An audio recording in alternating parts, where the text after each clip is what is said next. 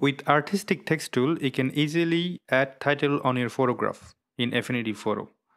So you can go to your toolbar, select artistic text tool, and then you can drag it up and down. That depends how big you like or how small you like your text to.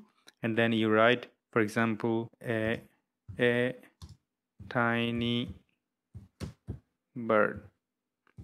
As you can clearly see that this time the size is too big, you can select all.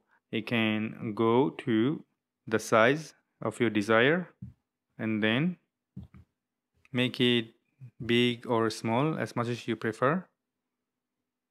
There you go. That's how easy it is. If you like to change the color, you can easily change the color using the color wheel or gradient or swatches. I prefer swatches, pretty easy.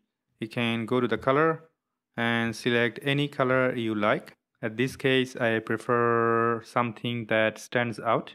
That could be, I would say yellow is not very good because the background is already kind of yellow and green.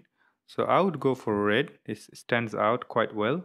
Then you can easily change your font of your text.